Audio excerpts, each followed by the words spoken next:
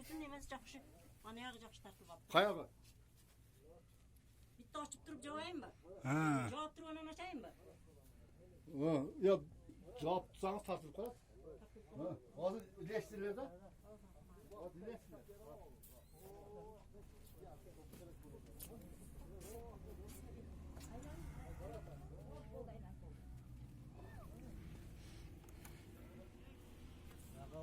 Bakalım. Ya onları kayda koyalım. O yakın başını gitti.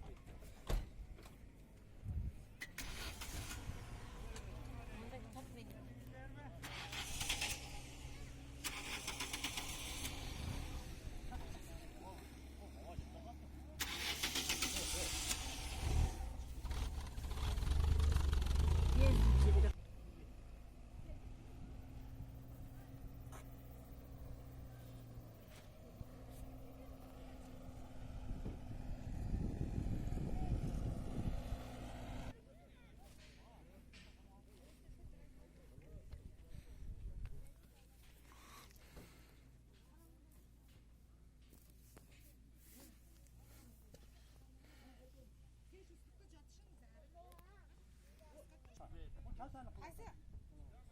Bu aytami? Buni yursa. Kaltaka bu. Buni yursa. Kaltasi chiqib ketadi.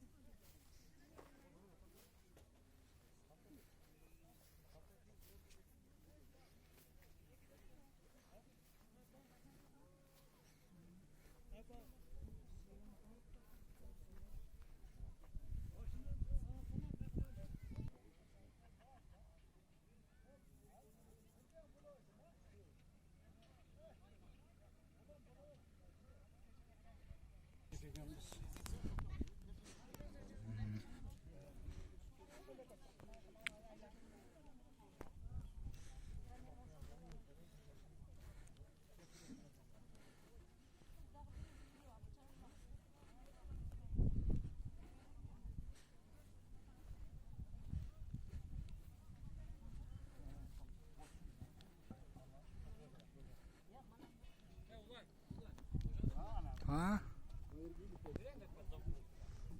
Hazır, bir sekund. Bilesi taze bende. Açsandan.